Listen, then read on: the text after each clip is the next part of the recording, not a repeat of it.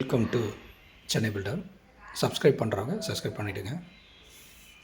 இப்போது ஒரு பில்டிங் சம்மந்தப்பட்ட ஒரு விஷயங்களை பற்றி தான் நம்ம பேச போகிறோம். அதில் பார்த்தீங்கன்னாக்கா, இந்த பாத்ரூமில் ஃபஸ்ட் ஃப்ளோரில் லீக் ஆச்சுன்னா கிரவுண்ட் ஃப்ளோரில் சீப்பேஜ் தெரியும். சில கஸ்டமர் என்ன நினைக்கிறாங்கன்னா, டைல்ஸுக்கு மட்டும் நம்ம ஒயிட் சிமெண்ட்டு தடவைனா சரியாக போயிடும் அப்படின்னு நினைக்கிறாங்க.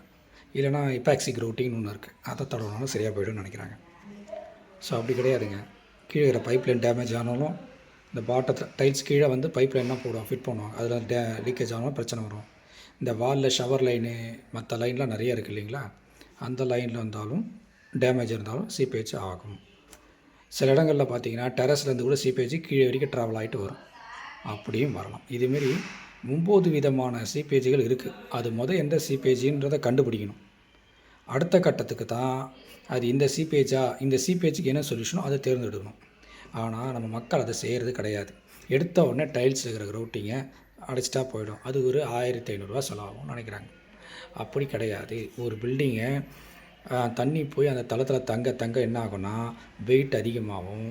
அந்த தண்ணி அந்த ராடை வந்து அரிக்க ஆரம்பிச்சிடும், ஃபார்ம் ஆகி அதை அரிக்க ஆரம்பிச்சிடும் டோட்டலாக. அதனால் நம்ம என்ன செய்யணும்னா, ஃபஸ்ட்டு என்ன லீக்கேஜ், ஒரு 20 வருஷம் எக்ஸ்பீரியன்ஸ் உள்ள ஆள் அதை ஈஸியாக சொல்லிட்டு போயிடுவார். 20 வருஷம் ஒரு கான்ட்ராக்டராக இருக்காலும், இன்ஜினியர், ஆர்கிடெக்ட் யாராக இருந்தாலும் அதை சொல்லிட்டு போயிடுவாங்க, ஈஸி.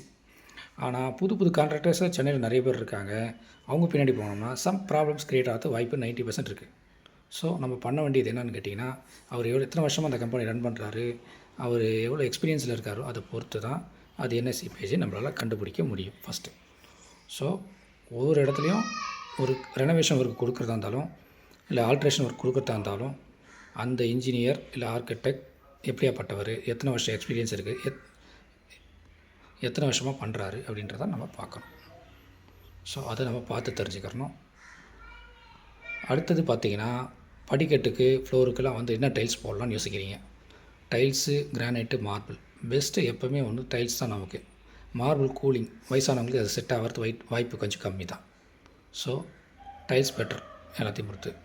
நெக்ஸ்ட் வீடியோவில் பார்க்கலாம். நன்றி.